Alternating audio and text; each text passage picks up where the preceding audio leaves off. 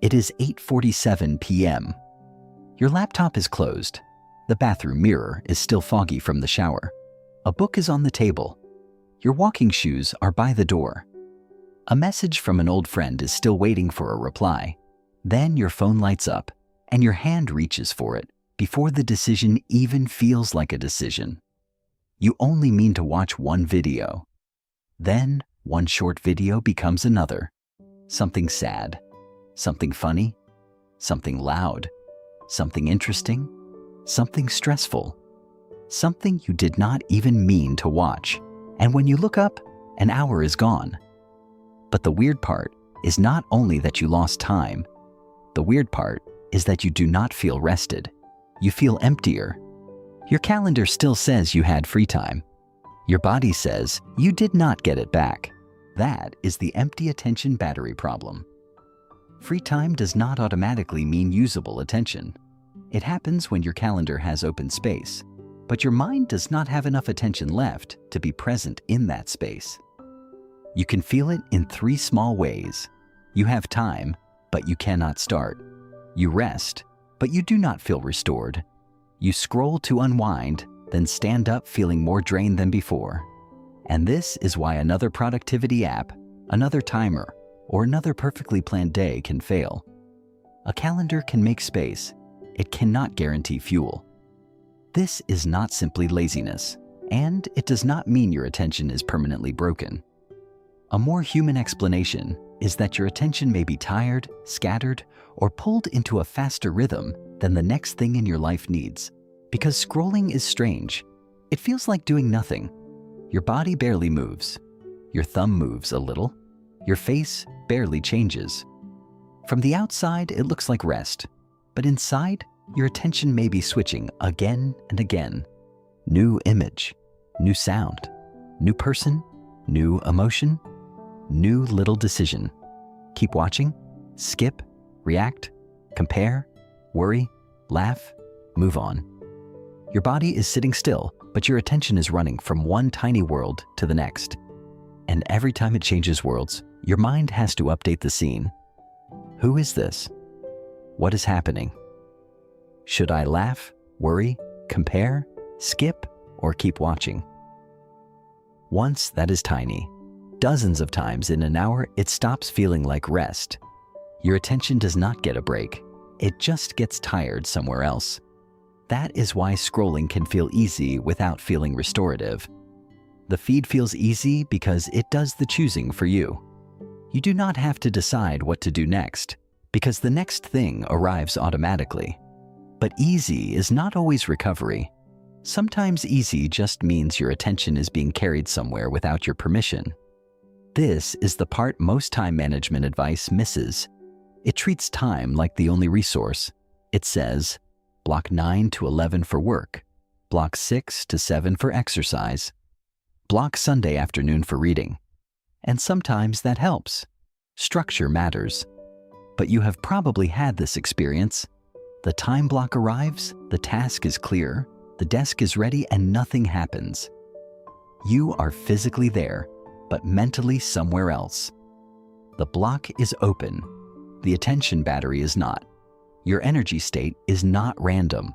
It is affected by sleep, stress, food, movement, the room you are in, the people around you, the type of task, and what your attention was doing before.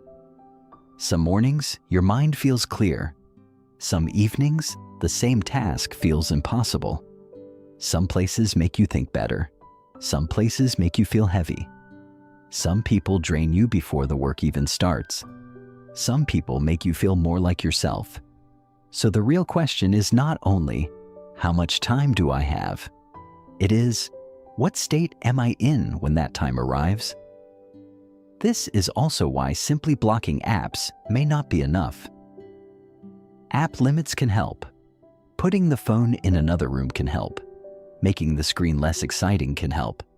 But if the phone is the only easy place your tired attention knows how to go, restriction alone leaves a hole. The deeper question is, where else can your attention land? That is the quiet difference between doom scrolling and real life. The feed keeps attention moving. The real world lets attention land. Not always. Not magically. But often enough to matter. It does not have to be big. It might be one thing for your body, like cooking a simple meal after work. One thing for your focus, like reading a few pages without checking your phone. Or one thing for connection, like sitting down and having a real conversation with one person. These things can feel harder to start than scrolling. But once you start, they give your attention one place to land. And sometimes that is what your system needed. Not more stimulation, not more information, not another perfect plan. Just one real thing that holds you long enough for the noise to settle.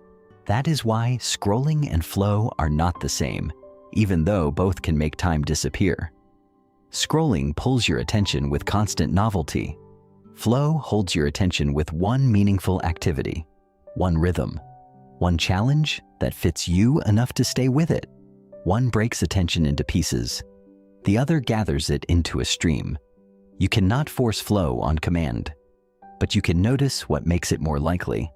A task that is clear, a challenge that fits you, and a place where you can stay with one thing for a while. And this is where the original question changes. Instead of asking, how do I squeeze more into my day?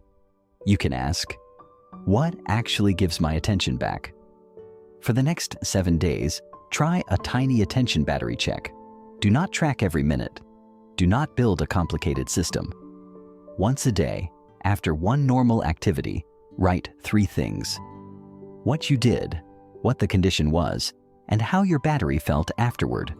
For example, scrolled after work, alone on the couch, drained.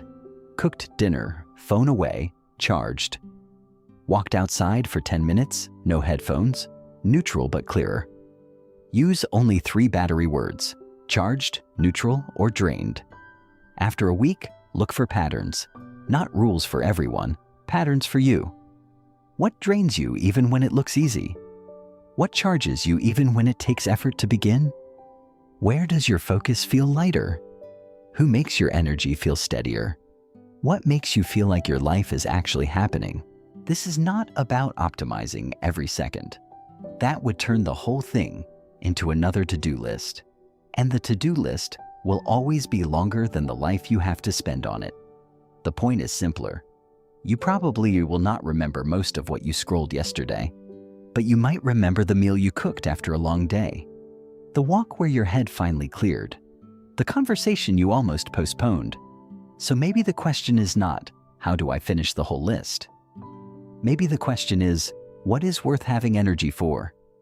Your phone may still be part of your life. Your calendar may still matter. But if free time keeps coming back empty, the next step may not be to punish yourself harder. It may be to notice what gives your attention somewhere real to land. What is one thing that drains your battery more than it should, and one thing that gives it back?